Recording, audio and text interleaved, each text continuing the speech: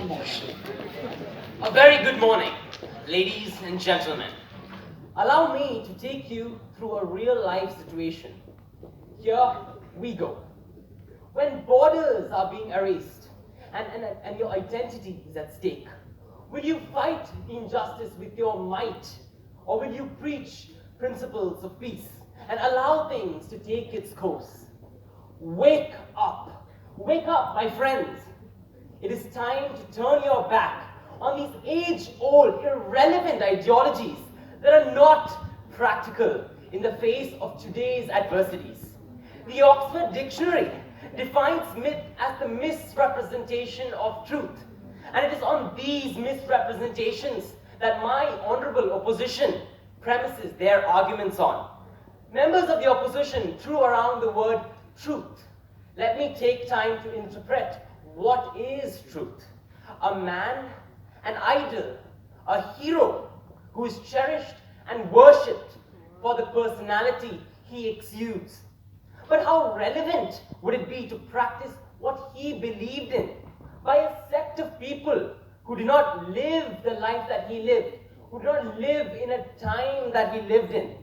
We have all moved 72 years in the area of innovation, in the areas of science and technology, lifestyles, and many more aspects.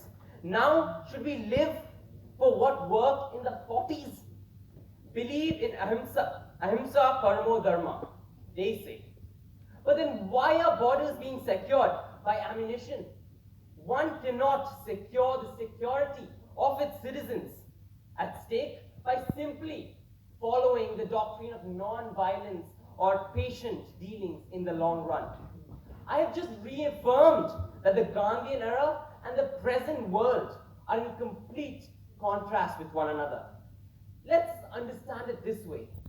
Gandhi's ideals were just a manifestation in the long run of his hegemony. I am of the opinion that in believing in Gandhism as a nation, as a sect of people, we are just cherishing a great but delusion. It goes without saying that civil disobedience and non-cooperation alone did not buy us our freedom. Please, friends, do not forget the bloodshed and the lives that were lost. In the finest words of Rabindranath Tagore, where the mind is without fear and the head is held high, when knowledge is free and the world has not been broken up into fragments by narrow domestic walls, where words come out from the depth of truth. Why should our knowledge be colored by the grandeur of others?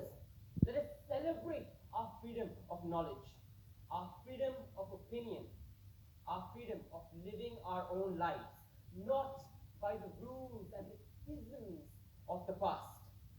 This is the reality that which, even if you stop believing in, doesn't go away.